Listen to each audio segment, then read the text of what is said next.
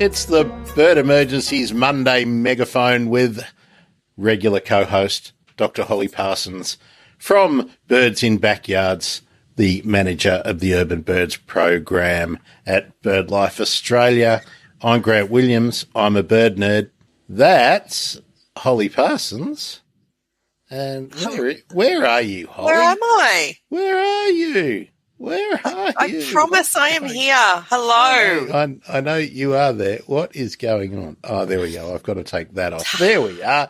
Hello, Hi. everybody. Sorry about that. I spent so long doing all of our new groovy artwork and everything today, Holly, that I've made a frightful typo, but I think everything else looks good. So, but I'm sure I'll be forgiven for the typo. After, 18 months of very, very rigorous sanitizing and everything. I think last week my daughter had tested positive, and by Wednesday I well and truly had it. So I'm doing much better. I wasn't that bad to start off with, thank goodness. Hooray for vaccines. Yes. But yeah, so if I mute myself today, it's because I have to have a nice little cough, but I will do my best. That's okay. That's okay. All right. I've done the artwork. Holly, we're going to start because we're following up on last week where we couldn't get through all of the projects that BirdLife is involved in at the moment. We did cover birds in schools and the birds in backyard surveys, but I think we need to probably talk about the surveys again because Sure. You really want people to be involved. So that's the web address that you can easily go to lob on Holly's Birds in Backyards website. Holly, tell us about the surveys. When do they start? How do people do them? So Birds in Backyards is our program which is all around the birds that live where people live and how we can better create habitat for them in our own space. And so we do surveys that are available year round, but it is autumn, so we like to divide our surveys up seasonally. So it's time to do some autumn surveys. What we ask you to do is to basically just take some time in your garden, 20 minutes, to do a bird survey, tell us what you are seeing and tell us what your garden is like. So just answer some questions about the types of plants, if you've got mostly native plants or mostly introduced plants, if you've got shrubs, if you've got trees, and then some basics around sort of what goes on in your garden, whether you feed birds or have water available or if you've got pets. All that information then feeds into our understanding of how we can better create gardens for birds or if there are some features that particular birds might be trying to avoid. So those surveys are available anytime for people to take part in. We know that these are surveys that are done, in your own space. So it's a nice place that you can be familiar with, and often you can get familiar with the birds that are coming and going quite regularly. Autumn's always really interesting though, because there's a lot of migrations that happen. So it's kind of my favourite year to see changes in the garden because you can get some nice visitors coming through. But you don't have to know the names of every bird that comes into your garden. So there's some features built into Bird Data, which is the app that we use for recording our Birds in Backyard surveys. So it will actually give you a list with images of the birds that are likely to be found in your space to start you off. So you can select from those rather than having to think about exactly what the name is of every bird that you've come across. And you can build up your own knowledge as you go. And just really quickly, I'll also point out that if you don't have any interesting birds, if you've just got the same old guys coming around again, if you've only got a couple of birds visiting, that's fine. We don't judge. We want to know about the birds that are visiting. It doesn't matter if they are a common or Indian miner or if they are an extremely rare or exciting bird that you've never seen before. Send them through. Doesn't matter. All of that data helps us with our investigations into what's happening with our backyard birds. And of course, the link that is on the screen now, from there, it's very easy to go to the surveys and the bird data page. So just get involved. Now, Holly, I want to lob something on you that I haven't asked you before. Oh, excellent. We've been when we're talking about the surveys, and I often muse wax lyrical about the park that I hang out in. I was out to hear the dawn chorus this morning. That was pretty fun. What's your highlight in your backyard in terms of sightings? Look, honestly, my garden's not that exciting. You would think that I should have this extravagant array of different bird species visiting, but it's not. It's pretty basic, really. I've got some magpie larks, I've got some spotted doves, I've got some common miners, lots of noisy miners. I do have satin bowerbirds around, which are really nice. So I had one hanging out on the roof of my shed on the weekend, pulling off some little twigs from the melaleucas, which was interesting. So they're around reasonably often. What else have I had that's been exciting? I had a tawny frogmouth hanging out one night. I walked straight past him on the fence. Occasionally we get some different birds of prey soaring overhead. What raptors do you get at your place? So we've got some brown goshawks. There's a grey goshawk that has been around occasionally too, which is really nice. Not over my backyard, but in the distance we've had some wedge-tailed eagles that we can see, which has been really exciting. That's probably my most thrilling sighting. But look, there's nothing particularly special about my yard. It's a work in progress. We've got some natives in, but we've got some exotic plants as well. We've got a bit of a herb garden. We've got some space for the dogs and things to run around in. So it's very much an everyday, average Aussie backyard, really. The thing about anybody's backyard is they're not islands. So no. How about your neighbours and your neighbourhood in terms of suitable habitat for garden birds? It's hit and miss. Again, I think it's probably pretty typical. There are some really lovely gardens around, but there's a lot of just lawn. So we've got a nice, good amount of eucalypts around and a little park down the road that's very well treed. So there's a really big population of sulphur-crested cockatoos and corellas and rainbow lorikeets. The big common parrots do really, really well. I've been told there's some nest boxes that have been put up in my local park, but I've been in isolation, so I haven't been able to go and check them out. But it'll be really interesting to have a look at those and see who's been popping them up and what they're hoping to attract. Look, it's a very typical suburb, really. A few cats around, a few more wandering cats than I would like to see. But apart from that, it's a very typical. So the question I was going to ask you about the park is, do you think it's the council that are putting up nest boxes, or is it is it part of a monitored program, do you think, or is it just some local who's got a couple of nest boxes and whacked them up? I don't know is the short answer. I'm assuming that it's a council project, but I need to get down there and have a good look and see how high up they are. If they're really high up in the trees, then it's probably going to be placed by sort of council or an endorsed program. If they're a little bit lower, then maybe it's just somebody who's got an interest that's popped along and popped them up. I will report back when I can leave isolation and go and have a look at them. Yeah, terrific. I must admit, I really enjoyed the last couple of mornings I've been out, 5:30, walking the dog, checking out the local sounds, and I'm waiting for when the currawongs and the butcherbirds and whatnot come down. So as it gets cold, as it gets cool, and the black-faced cuckoo shrikes, they come down from the hills, and we see them sometimes, if we're lucky, here. And sometimes some cuckoos hang out too. They're nice. It's weird. Autumn here, and they're all confused. Climate change is confusing all of them.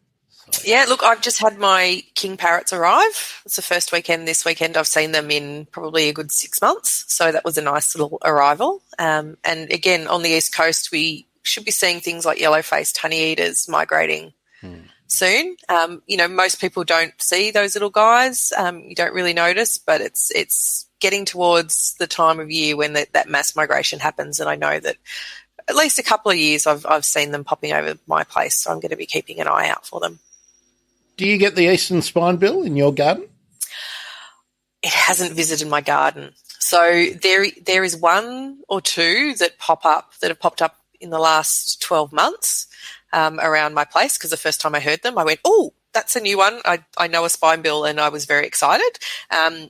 But they are in the neighbourhood occasionally, but they're yet to visit my yard. I'm waiting.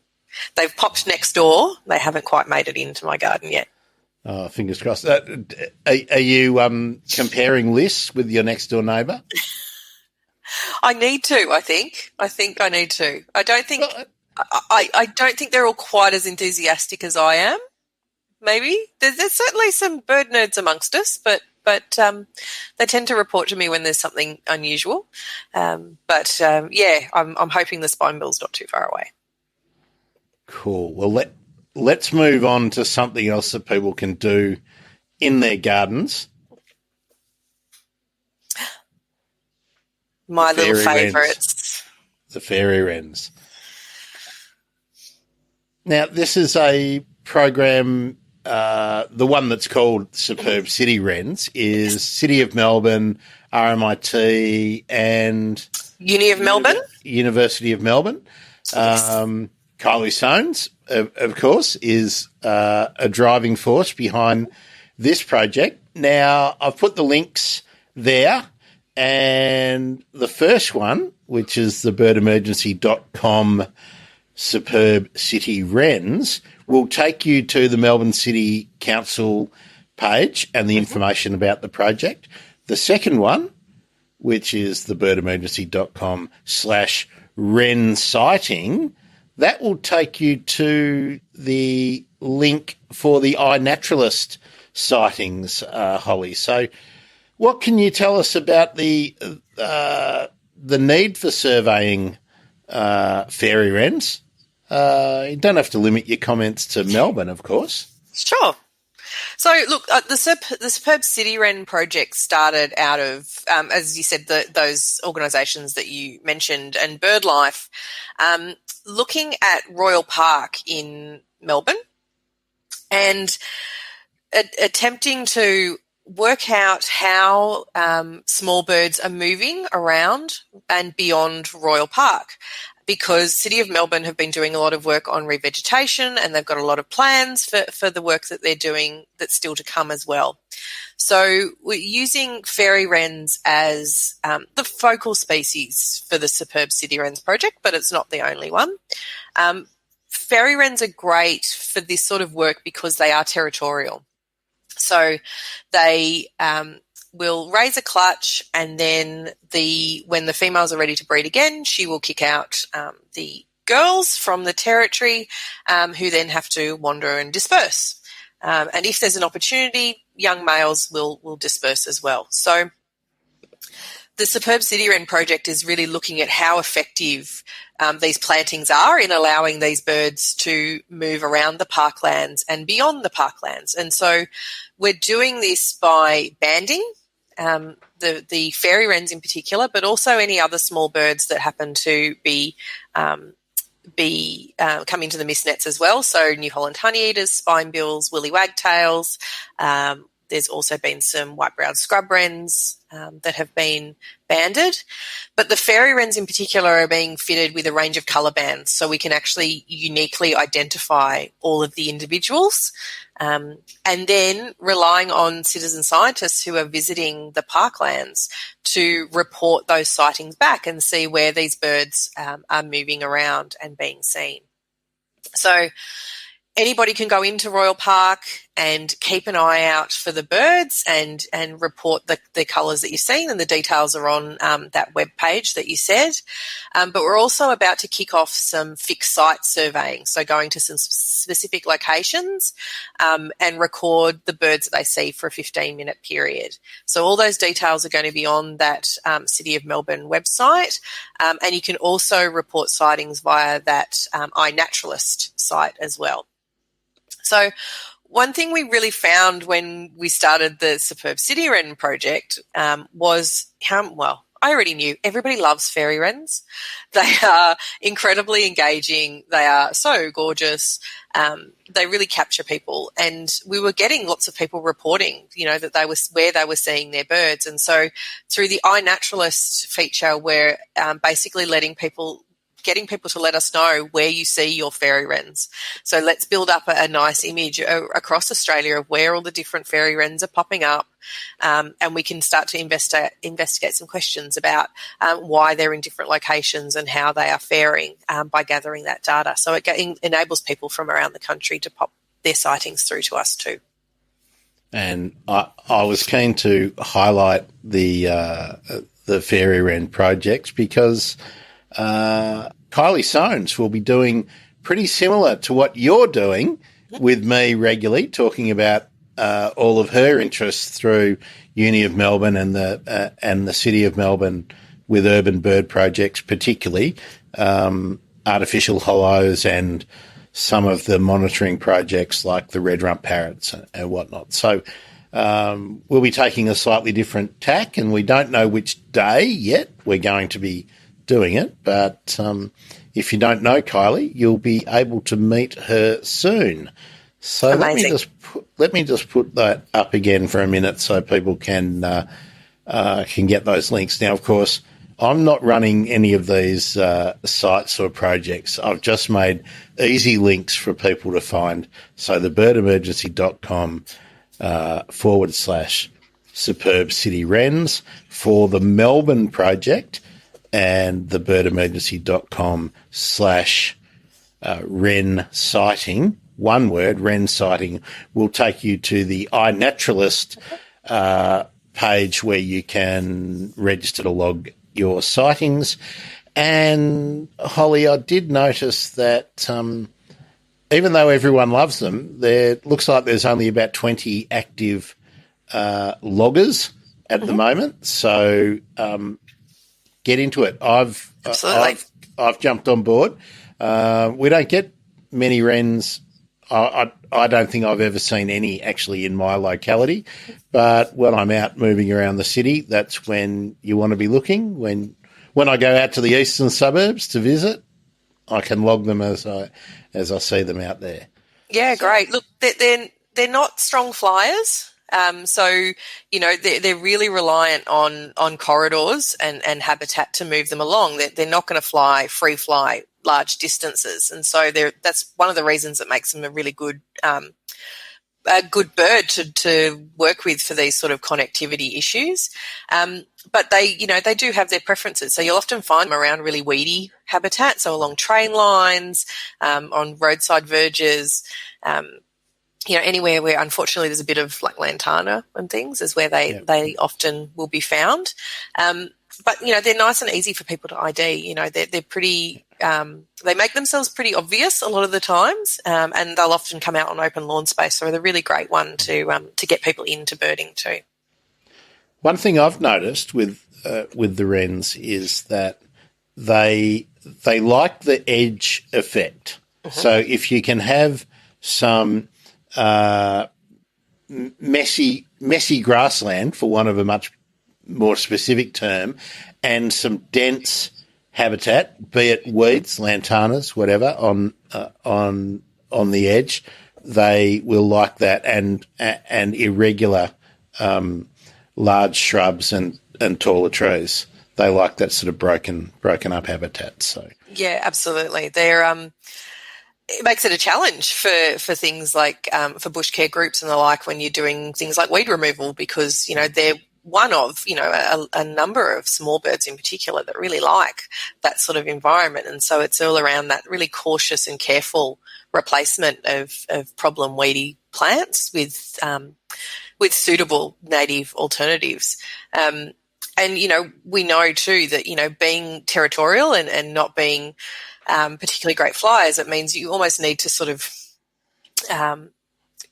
from a radius of a known territory, create that habitat that will enable the birds to move around the landscape, that they're not going to, if you haven't seen a fairy wren in your garden for, 10 years and there's, no fairy wrens in a couple of kilometres, it's probably going to be pretty unlikely that you're going to be able to attract them. They're not going to move in. It needs to be tackled on a local community level, and then municipalities need to have plans in place. But yeah, that's right. And so this is where it's great, where City of Melbourne are doing all this work and really carefully planning out how they can better design, these re-veg locations to enable that movement to happen.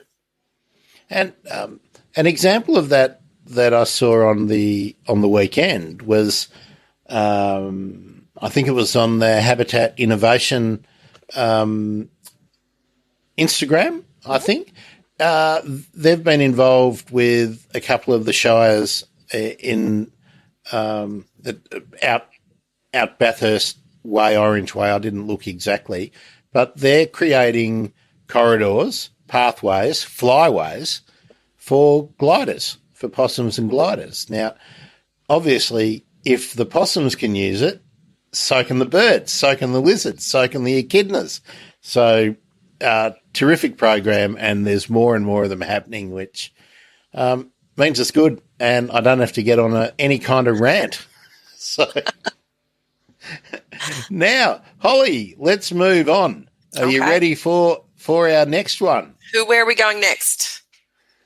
We're going to talk about OBPs. More surveys, the OBP. Now, I don't do a lot of OBP on the show so far, only because it's one of those species that doesn't really need any help in terms of getting publicity and getting noticed. But we're talking to bird nerds. The surveys it's open for registration still to get on the winter surveys. What do you want to tell us about going down and surveying OBPs? Well, firstly, if you can do it, I'm pretty jealous. Yeah. So I think, OBPs are, one of those iconic species, being one of the most threatened with extinction in Australia. And there has been, huge efforts that are ongoing to save this species. So there is a way, if you are in Tasmania or along the southern end of Australia through Victoria and South Australia, and you fancy yourself a bit of a birder, the winter surveys are coming up, and so that's an opportunity for you to go and help out at sort of set sites, or really just keep an eye out along the coastline for any orange-bellied parrots that might be having their nice little winter along, sort of particularly along salt marshes and things along the coast. So if you go to the website that Grant has shown up, there's some details on when all the different survey dates are happening. And so in Tassie, there's some dates coming up in May, likewise in Victoria and South Australia. And you can, report anything that you see to a whole range of different people depending on where you live. All the details are on that page. And I might note there's a really cool tool on that page, which is the OBP vocalisations and the blue-wing parrot vocalisations, because when people are not really close or they're not familiar with the behaviours of both of the species, it's really easy to confuse them. Absolutely. But you can tell them apart with the vocalisations if you're able to spend a bit of time watching them, even if it's from a distance. So, cool tool. So that's the link, thebirdemergency.com/OBP surveys. Again, that's not my web page. I've just made a nice link to go to the Birdlife page there. So, and from there's the registrations to get going. I think there's some in April as well as in May. Yes, you're right. There is. So certainly, if you can get down to Tasmania, or you can get to places like the Werribee treatment plant, or the far west of Victoria, the southeast of South Australia, or even the Crower-Jingalong coast in Victoria, right round to Jervis Bay, you're a chance to to see some on the migration. Just Exactly. a chance. Just a chance, but what a great chance, hey? Like, that would be amazing. A fabulous, fabulous chance. While I'm talking OBPs, Holly, I'm trying to find some information, so I'll put this call out to the community. Somebody's been asking me about being involved in a campaign about wind turbines and I think it's Western Victoria that they're mostly concerned about. If anybody has any vision or audio of Jeff Kennett calling the OBP a trumped-up Corella when people were objecting to the wind farm proposal in South Gippsland, I would love to know about it. I would also love if someone's got a link or a report, peer-reviewed, please, or part of a environmental impact statement or environmental effects statement or something for any of these projects about the actual known instances of collisions, migratory birds in Victoria particularly. I don't want to hear anecdotal stuff. I want to actually read some information so that I can make some informed comments. I haven't made up my mind on whether I'm sort of agnostic about them, whether I support them, whether I don't support them, because it's a bit of a vexed issue. We need to change the way we're going with our power. Are there areas where we just shouldn't be locating turbines? I don't know. I would like to know. What do you think, Holly, on that? Oh, gosh. Again, I think I'm a bit like you. I need to do more research. I'm probably guilty of not knowing enough about it, to be honest. And you're right. I think it's a very complicated issue where, there's that need to balance the site-specific risk, which takes into account, exactly what is around in that area and knowing the likelihood of impacts and what those impacts would be. So the short answer is, I don't know. I would need to do some of my research as well. Yeah. I've heard a lot of opinions, but I haven't read much in the way of studies that are pertinent to Australia. There's quite a lot for Europe and for some parts of Asia, but we don't have the same migratory patterns and whatnot. And I'm really worried about those resident birds as well that might get whacked. So yeah, help me out. If you've got some info, let me know. You can send that. It's really easy. news@thebirdemergency.com. I would be happy to receive it. Any tips, any info that you think I should look at, you want to promote something, send it to news@thebirdemergency.com and I'll check it out. Holly, we're moving on. Where are we now? Petitions.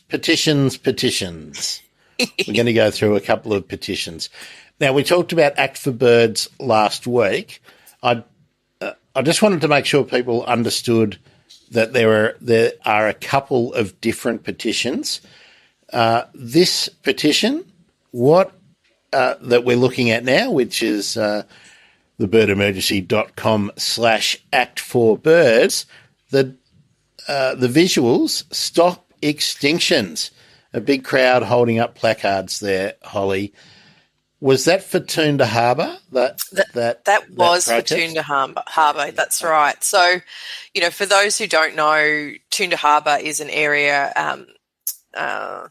southeast of Brizzy.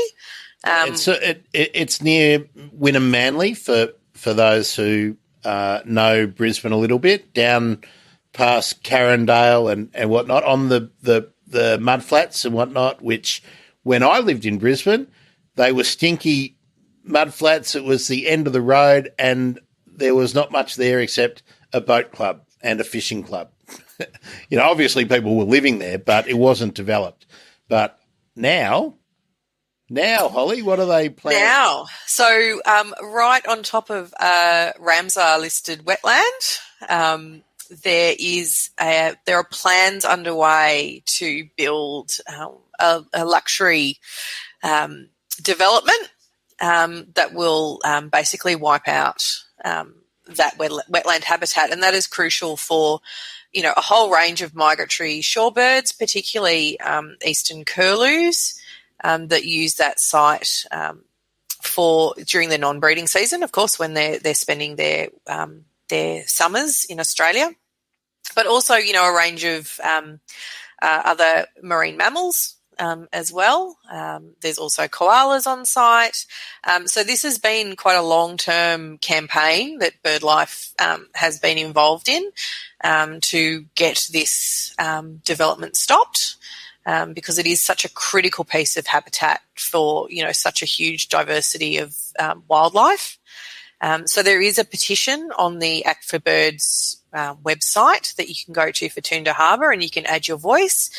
There are local action groups that are involved and working with BirdLife Australia on the ground as well in this, pretty important battle that has been ongoing. It's been going a long time. I can't remember if it was episode 3 or 4 of the Bird Emergency podcast, which was, for me, pre-pandemic, but also pre-cancer surgery. So I think we're talking 2017, I think, that I did those. I might have even done the recording a little bit earlier. And Harry Sadler and Amanda Lillyman, in 2 different episodes, we were talking about Toondah Harbour back then. So the good thing is that the pandemic has slowed down the plans for the development, so it's given more time to organise. So please, if you care about migratory shorebirds, if you've donated to Millie Formby's Wing Threads campaign, you should also be signing a petition to protect one of our iconic and rarest of our shorebirds, the far eastern curlew, which of course migrates to breed in Korea and Russia and other parts of the Arctic Circle. A long journey. I think 24,000 k's or something. Amazing. Absolutely amazing. Yeah, it's these are extraordinary birds that are really reliant on this habitat. It's it's a real travesty if something like this was allowed to go ahead, given just how significant internationally this site is for wildlife. And of course, the entire range of petitions and projects there, actforbirds.org, and we're about to jump into another one of those, Holly.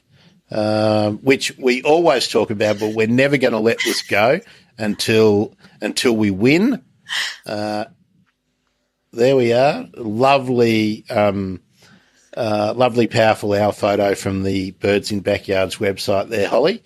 Yeah. And the poster there that you can. That's right. You can download if you go to the Act for Owls. So the birdemergency.com/Act for Owls. You'll be able to get the poster there, which is on the right, so you can proudly display that your garden and you are safe zones for all raptors, not only the owls, but particularly our urban owls.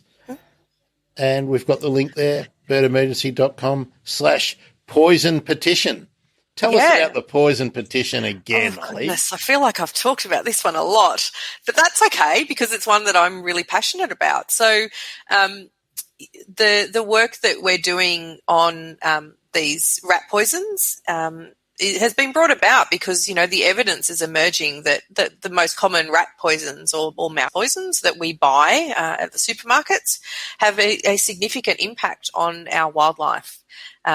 From our littlest boobook owls, now it's been shown in powerful owls as well. It's in native marsupials. These poisons, particularly these second generation poisons, can impact this, a huge ecosystem. They don't break down very quickly. They so therefore the rat or the mouse gets the lethal dose of poison before it dies, which can take up to a week, sometimes more. It's still moving around in your backyard, wandering down the road, getting into the chook shed. And so therefore is basically a little walking time bomb that can be taken and eaten by wildlife or by your own pets as well. So Birdlife Australia has been working in the last couple of years to campaign to have particularly the second generation poisons, the ones that are more common, removed from supermarket shelves. So still available to use by licensed pest controllers under certain conditions, but saying that these products are too dangerous to be available for public sale. They can be, used incorrectly. They still have this huge capacity to impact on wildlife. So the Act for Birds website has a range of petitions that you can sign. It has that poster if you want to let everybody know what your stance is. But there are a whole range of other resources that we've built into that site now. So you can get information on the types of ways you can tackle rats and mice, because we still need to, of course, manage those. We don't want them in our houses and around our properties. So the things that you can use, the chemicals to avoid. We've also got some great brochures that have just gone up on the website as well that you can get a hold of as well, with some tips and tricks.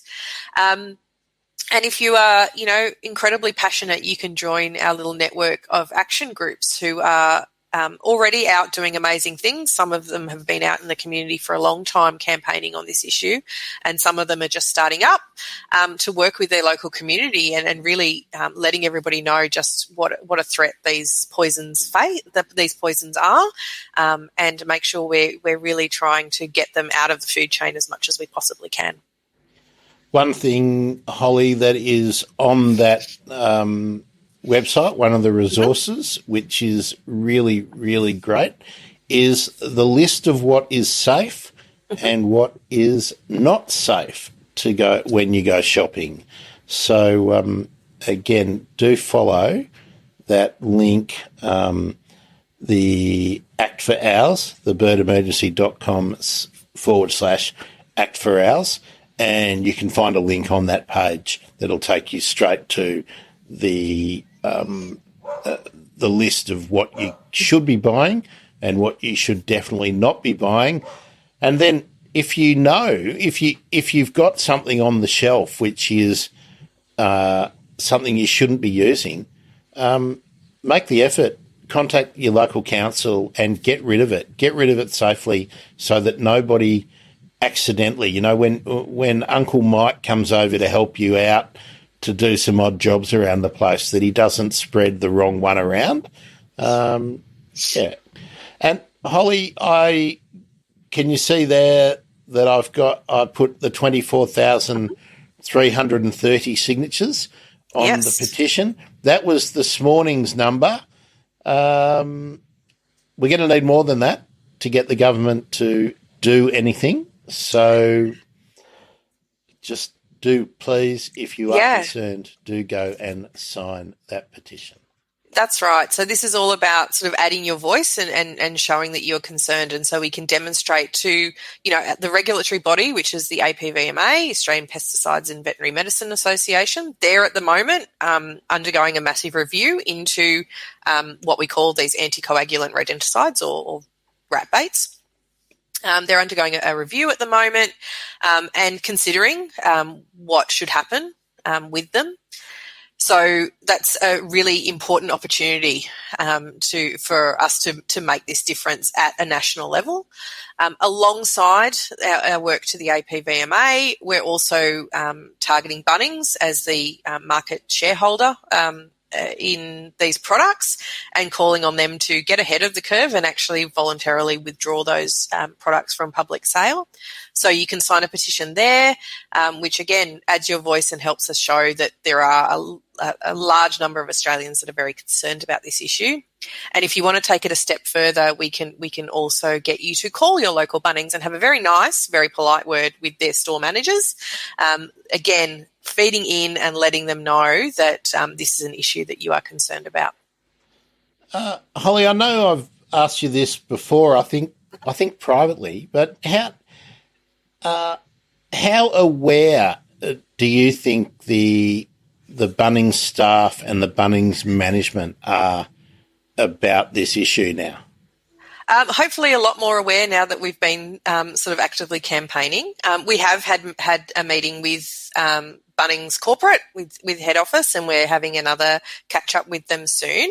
And the feedback that we're getting from our people who have been calling their local Bunnings have ranged from, you know, the store managers not being aware to an issue that there is an issue to some of the store managers being very annoyed that they've had multiple calls from people about the issue, which is good because we want them to know that people are concerned about it.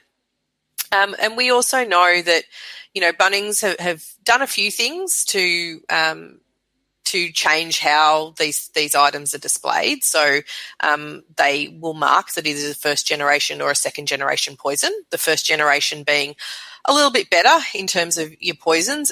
They're less likely to cause an impact to wildlife that might consume a poisoned rat or mouse, and the second gen poisons being much more dangerous.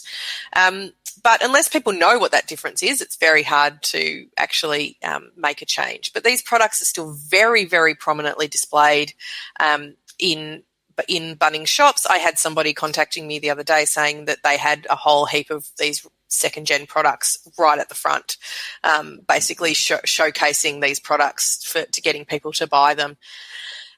There's also training that's gone on with Bunnings staff, but again, I don't know exactly what that involves to know how effective it would be. You know, they're a shop. They want to sell product, and so we want to make sure that the staff on the ground know the dangers with these products, and that the corporate office are aware that, you know, people want to change. They don't want these products on the shelves anymore. We need to be pushing the alternatives that are effective, but far less dangerous for other wildlife.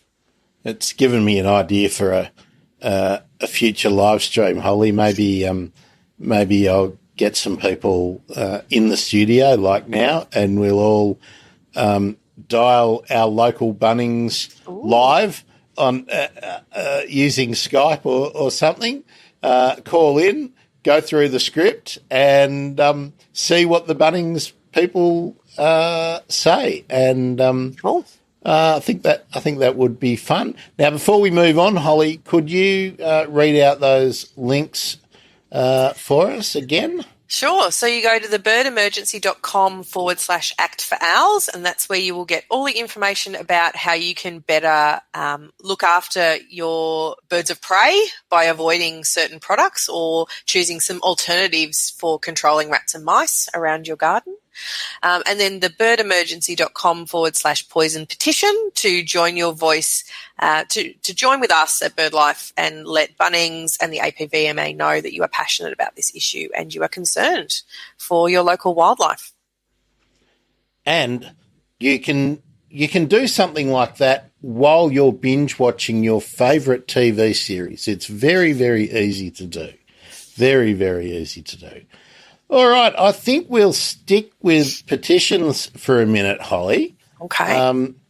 Now, even though the count is over for the great glossies, the glossy red, no, it's just the glossy black-tailed cockatoo.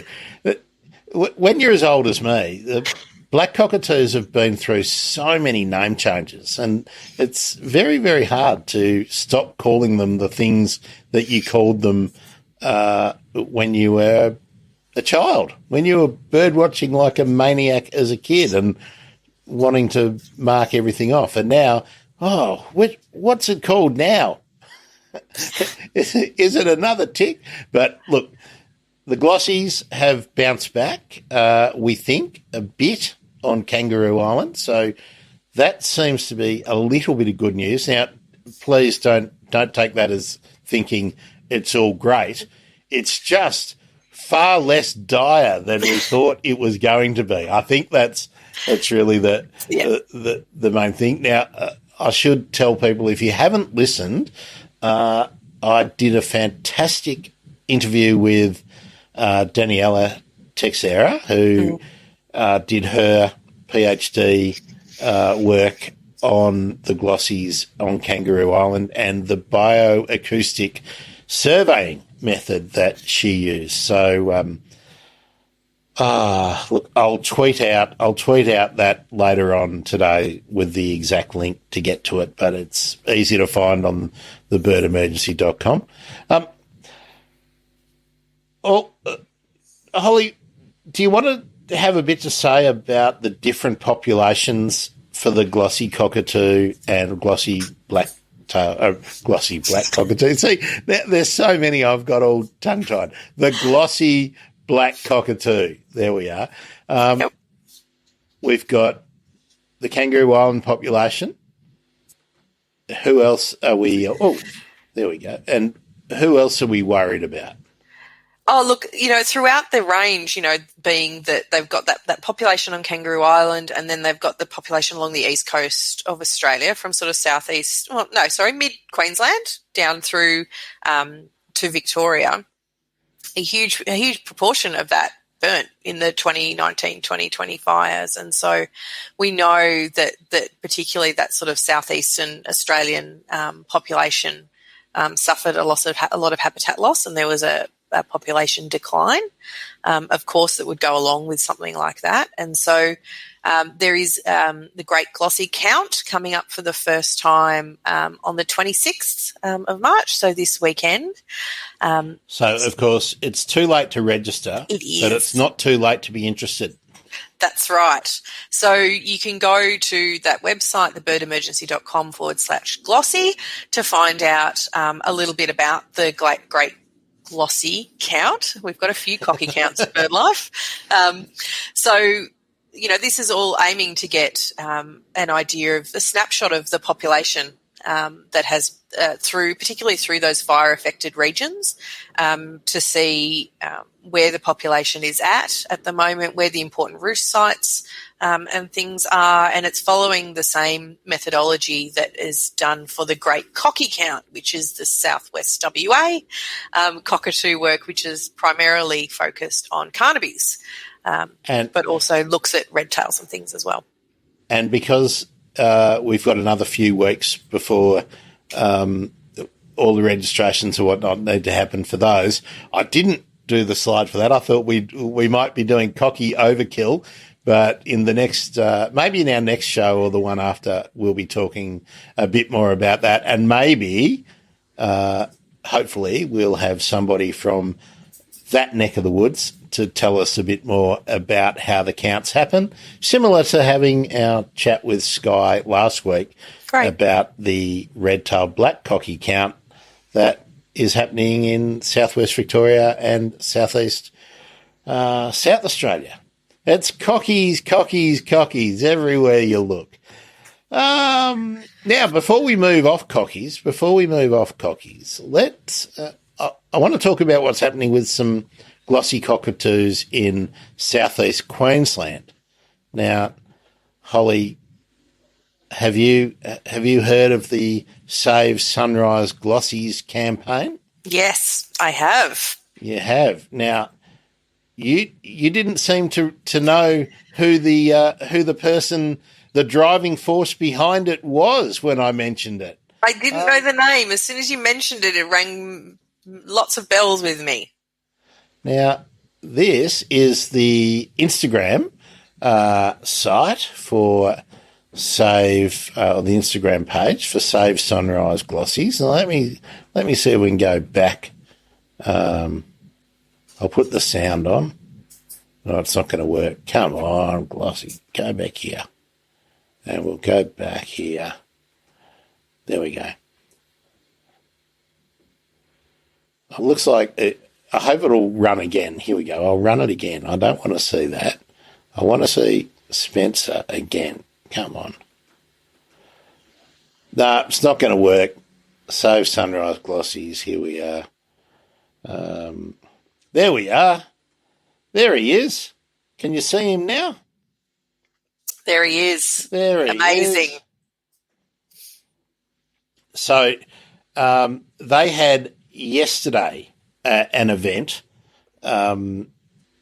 what's happening is that there is a patch of bush that glossies are using, and there is a local church, the Uniting Church, is redeveloping that site, and there has been an offset. Let me go back to the start of this again so you can sort of see it. So that's the habitat that the glossies use, and it's already being smashed. Now, you can see the difference in this video. Wait for it. Of course, no trees, no me. Good on you, Spencer. There's the offset site. Now, Holly, could you notice something that was a bit crook about the offset site? Yeah. Glossies aren't going to use that at all. And this is why I often think that the whole concept of offsets needs so much work. Mm-hmm. Usually you are offsetting really shit habitat, for want of a better term, a more exact term. I'm sure the ecologists amongst us can school me in the terminology I should be using. But when I see that video that Spencer has posted to his Instagram, it's shit compared to paradise. And that's the case so often in offsetting, and it's why I get grumpy. Yeah, look, you're absolutely right, and I think, I'm ecology trained. Pretty accurate definition, really. I'd use that too. And it's not like for like. You're destroying prime habitat for glossy black cockatoos, and the offset is it's simply not. It's simply nowhere near the type of habitat that these birds would be wanting to use. It likely doesn't have the feed trees. It certainly doesn't have the same vegetation cover. There is very, very little similarities between those sites, and so that's particularly when you're dealing with something like a glossy black cockatoo, those offsets are simply destined to fail. That these birds, glossies are notoriously fussy. They have very, very few feed trees that they like to use, and so once those particular trees are gone, then that entire food source is wiped out. They're not a sulphur-crested cockatoo. They're not just going to move on to the next little patch, or the next piece of lawn, or the next random eucalypt that just happens to fit the bill. These guys are going for a couple of species of casuarinas for the most part. And so, once you take out like that amazing habitat there, you're dooming a population effectively. Dead set. Now, I would like to encourage you all to get behind Spencer and his mum, who is helping him with a lot of the social media stuff.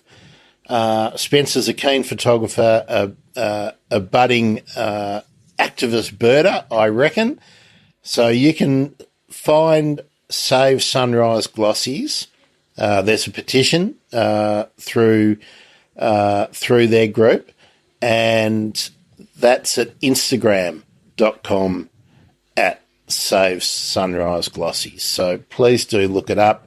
I'm following them, so if you go to the Bird Emergency Instagram page, you will find it. It's pretty easy to find the Bird Emergency Instagram page, and bear with me, I haven't really done a whole lot. That's sort of one of the next projects. But yeah, there we go, Holly. Fantastic to see a young activist amongst us. I think it's great. Absolutely. It's while it's an incredibly awful situation, it's amazing to watch it being all of this work there being spearheaded by an 11-year-old. Like, that passion and concern is amazing to see.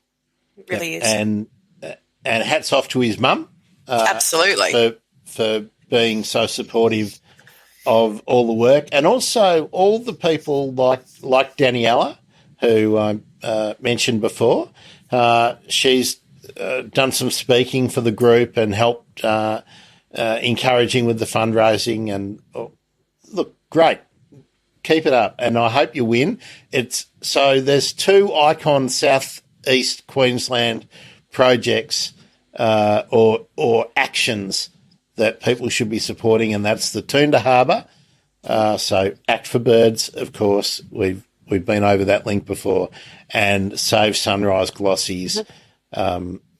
Get into it. Get into it. Now, Holly, we're going to move on to what's coming up next. This is a good one. Yeah, look at that. That's me. That's you. That's me. Bird-friendly gardening. Holly's going to be speaking. It's tomorrow night. Wednesday night. Oh, beg your pardon. It's Wednesday night, so you do have an extra day. You need to get a ticket. It's an online event, so it's through Eventbrite. But again, I've made an easy link there, thebirdemergency.com/hollybirdgarden. That will take you to this lovely. It's got to be a great event because you've got a male golden whistler. Look at that. As your mascot for the event. Exactly. Now, you've partnered up with Lane Cove City Council, Holly. Is this sort of their event and they reached out to you, or did you reach out to them to do a presentation? Look, it's a bit of both. So I've worked with Lane Cove City Council, for quite a few years on different talks and projects. So I think it was a bit of they approached me and said, we want to do some more things this year. What do you want to do? And so we're doing this session on Wednesday night. So it'll be online.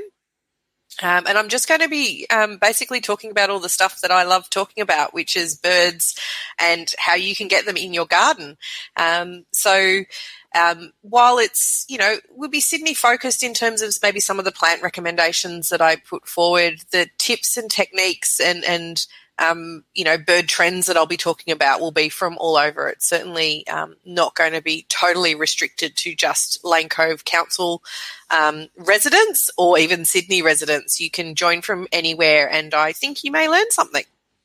I'm sure everybody will learn something. So, Holly, that link again, how do people go and get tickets? It is free. It is free. It is free, but being online, there's limits to capacity and things. So encourage you, if you want to come along and get the link, to go to thebirdemergency.com/hollybirdgarden, and you will be able to go to the Eventbrite site and get your little free ticket and join me. I will be in the same space, most probably, talking to you on Wednesday night. Now, Holly, what I messaged you earlier on before we were setting up for today, and I said, I hope you're going to be impressed with our upgrade in production. What do you think of all this new whiz bangery that we've got? I'm impressed. I like it. I think the website links have been really useful because there is so much going on, and there's so many different places to get all the information that I think keeping it nice and simple is great. Birdlife's got a lot going on at the moment, and so even from within Birdlife, trying to keep a track of everything is a challenge. So hopefully there has been in the last 2 episodes something that listeners have found that they would like to get involved in. I think we've covered a pretty good range. From a really simple signing a petition through to going and hunting for one of the rarest birds in Australia with OBPs. I think there's something for everybody to take part in. So, at the risk of making this all about me, Holly, now that we've talked about your talk, I'm actually developing, and will probably launch next month, streams particularly about the plants you can select in the different cities and the different environments to serve different purposes in your garden and garden planning. So I haven't got all the guests lined up, but I'm a horticulturist and I know a lot about native plants. I love them and I love designing bird-friendly and wildlife-friendly gardens. But nobody needs to hear me banging on all the time, week after week, about the same things. So I've reached out to a lot of people, both growers, landscape architects, contractors who are building public spaces, urban space managers, farm groups, and a whole lot of people to talk about the kinds of plants that are reliable, rather than just what, people recommend stuff, but there's not much point recommending something that no one can get at the moment. So I'm using my knowledge, chasing up the major suppliers, seeing which stuff is coming into market, what's going to be pushed in the garden centres. So look out for that. And the other thing which I'm building, because the last priority for me all the time is always fixing up my bloody website, but there's going to be a links page where all the stuff that we talk about, I'll just be linking in subject areas like black cockies, and we'll put all the links to all the black cocky counts, all the other counts, everything, whether they be BirdLife ones or whether they are other groups. But if we've mentioned it, it's going to be there. And Holly, we know that it can be difficult to find your way around the BirdLife site at the moment, and it's undergoing a renovation. So it's but these things take time. So in the meantime, hopefully I can make it a little bit easier. Because, hey, the best thing about losing all your work in a pandemic means that, hey, I'm full-time on the bird emergency now. So there we go. All right. Now, Holly, we only got a few more things to go, but it is now going to be all about me before we recap. I'd like to let people know the podcasts that are coming up, the podcast episodes that are coming up, these have already all been recorded. So they're all ready to go. Here's the first lot. Can you give my voice a rest for a minute, Holly? Sure. Look, I'm excited. The next one is the lovely Millie Formby talking about her, big adventure that she's about to undertake, the Wing Threads project, and her travelling around Australia as a migratory shorebird. That's really exciting. And that will drop tomorrow, the Wing Threads Millie Formby episode. Millie is amazing. She, I don't really know what more to say other than she's amazing. And she's a very forthright and thoughtful individual, extremely talented, and thinks outside the box. I love talking to Millie, and I can't wait to follow her around the country. It's going to be great. She's incredibly exciting.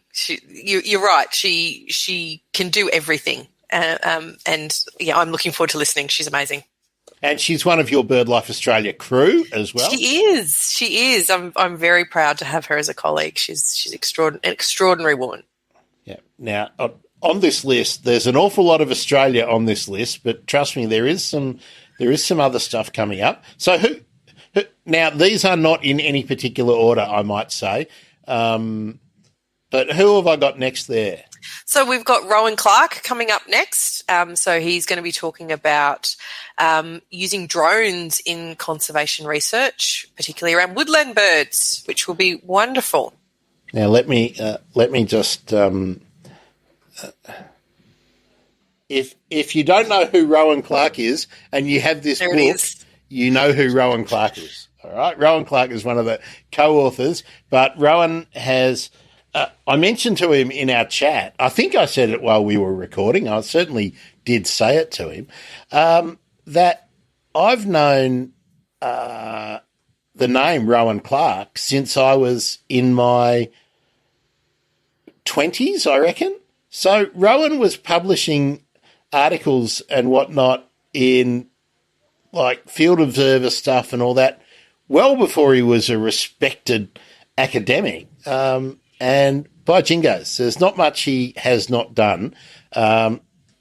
Fantastic chat with Rowan. We talked a lot about policy, designing research, undertaking it, and his career generally, and seabirds and just Macquarie, just so much stuff. Christmas Island, I think, from memory, yeah, so much. And then, now, do you know Bronwyn? I don't think I've met her personally, but I think we've exchanged emails and things. And we should do, because we both work on Powerful Owls. That's right. So Bronwyn's Bronwyn Isaac, working in Melbourne with the Monash shooting? Yeah. Monash, shooting, yes. I think, yeah, at Monash. And they've got a different set of surveys going on for Powerful Owls. Mm-hmm. And we talked about her career and her research and how it all happens again. So that was great. And then I feel like I need to do a drum roll for the next one. Wow. There? This is amazing. Well done, Grant. So Hugh Possingham, Queensland Chief Scientist, Birdlife Australia board member as well. Is going delightful man, I might say. Amazing man. Really, really wonderful human. Yes. I'm very excited to hear him talking about his work. Co-inventor of Bird a Minute. So, along with another one of your colleagues, Holly, Jeremy Ringmer. Mm-hmm. So, we had a really good chat. As is always my want. We talked a lot about policy, but we talked about methodology, funding. Talked about what Hugh loves to do, his local birding patch, his journey from being a mathematician, his working in government and in non-government, fundraising, awareness raising, his academic work at University of Queensland. Amazing man. He spent a lot of time chatting with me, and hopefully people are going to enjoy that one. The next one, turtle doves in the UK. I saw Charlotte O'Neill on Twitter just sort of mentioning something about turtle doves, and I'd known about Project Turtle Dove in the UK and in Europe. Now, we didn't really talk about Project Turtle Dove. Charlotte's a student in Cornwall who is really studying photography, but the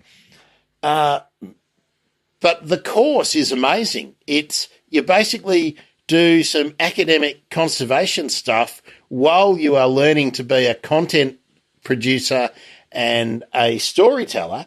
And Charlotte is a great birder, a budding academic, no doubt about it, and tells me a lot, learned me a lot about the history of turtle doves in the UK and why they are, in fact, endangered. It's an iconic species. We all know the 12 Days of Christmas and 2 turtle doves, but they're pretty hard to see.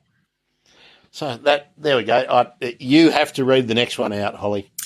I do? Okay. So we're going to hear from Ursula Ellenberg, Ursula Ellenberg, who lives in the south of the south coast of New Zealand. Oh, beautiful. Down in Kakapo country, or Kakapo country. But talking about Fiordland-crested penguins? Yes. Ooh, very nice. The Tawaki, as it's known, and we did also talk about all the other penguins in New Zealand and whether some of the New Zealand penguins are also Australian penguins or whether they're distinct on their own. So yeah, that was a really fun chat, and again, it's pretty Aussie, like trans-Tasman centric, but hey, that's okay. More Australia. Who's now? We're back. Now you know Neil, of course. I'm guessing. Yes. So the Ghostberg. There's another typo. Look at that. There he is. Look at that. That will teach me to do things at 5 o'clock in the morning, Holly. It's Neil Hamilton, not Neil Hamilton. Night parrots. Yes. Very, very exciting. Although to be fair, I described the episode as the Australia's Ghost Bird, but we really talked about Neil's amazing career up to date, and I'll be speaking with Neil more. Some people who had amazing careers all over the world in all sorts of areas, just an hour and a half isn't enough. So,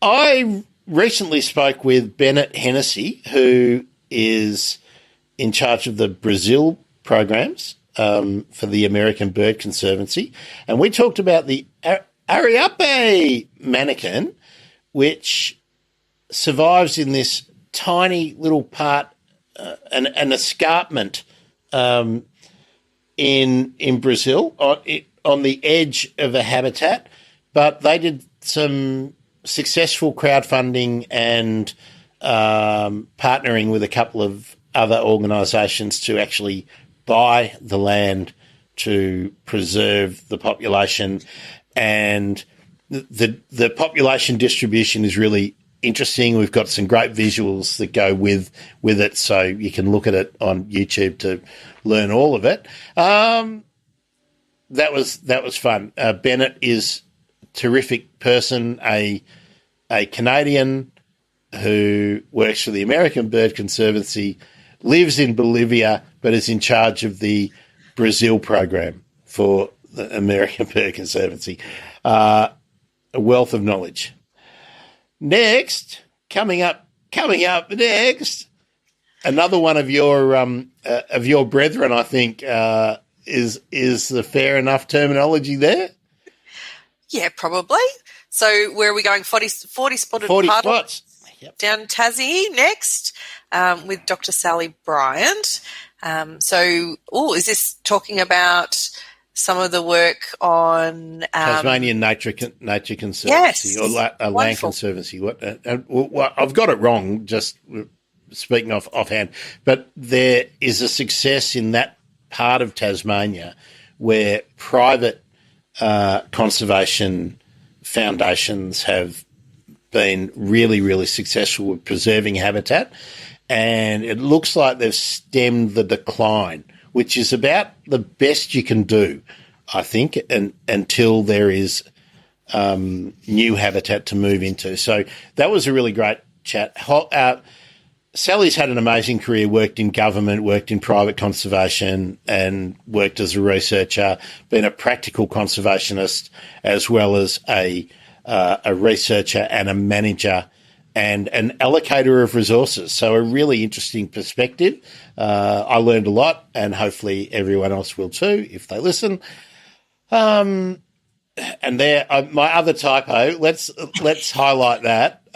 I can't believe it. I'm really sorry, Kylie. I did that. I spoke with Kylie about the artificial hollows that she's been involved with Melbourne Uni and RMIT and some architects with 3D printing. And really innovative stuff. Amazing. Yeah, and modelling the hollows to fit a location. So, yeah, really interesting chat. Kylie's great, and as I said, she'll be joining me a bit more regularly when we sort the dates and times out. And then the last one, it's one I recorded a long time ago, but I don't have the visuals yet to put it out. But Yoav Perlman, who is with BirdLife International, he's based in Israel, but we talked about the migratory birds that get funneled between Africa and Europe that come through a real bottleneck where Israel and the surrounding countries are. And, of course, we know there's all sorts of issues with that part of the world, and it's a challenge for the birds. So, there. Wow, amazing.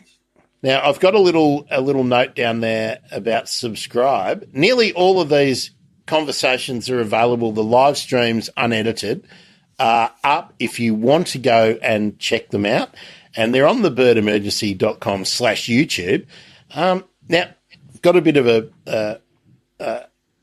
an effort to try and get to 500 subscribers or a long way short of that.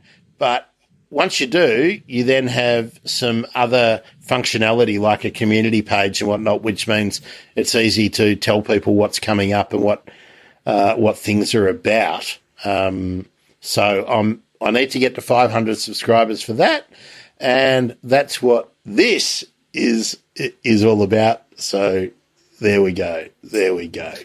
God, I love hearing your croaky voice, Holly. Can you read that one out again? So that's thebirdemergency.com/YouTube. So I will just go through and like and subscribe myself.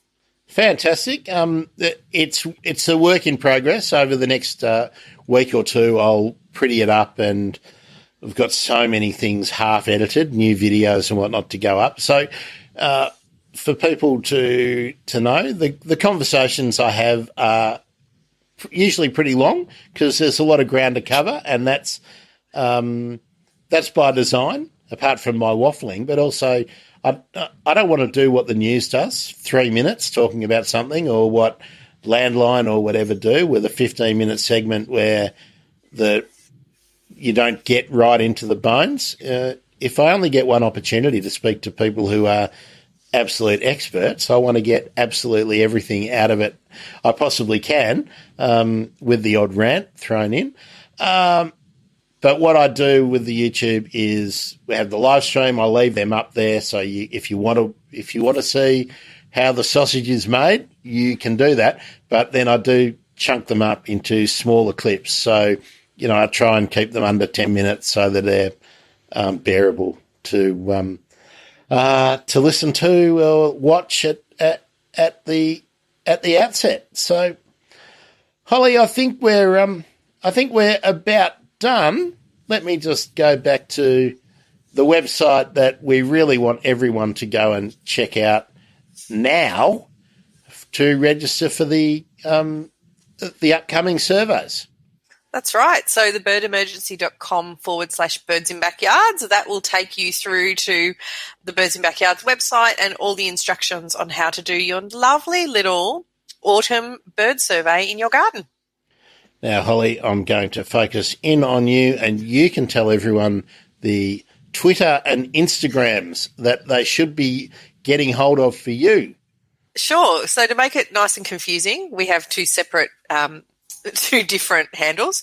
So for Instagram, you go to @birdsinbackyards, and we post very regularly, lots of, just general great bird photos, but also lots of information on what to do to create great spaces and upcoming activities that we've got going on in the urban bird team at Birdlife. We are very lucky to have an amazing array of photographers who let us use their images.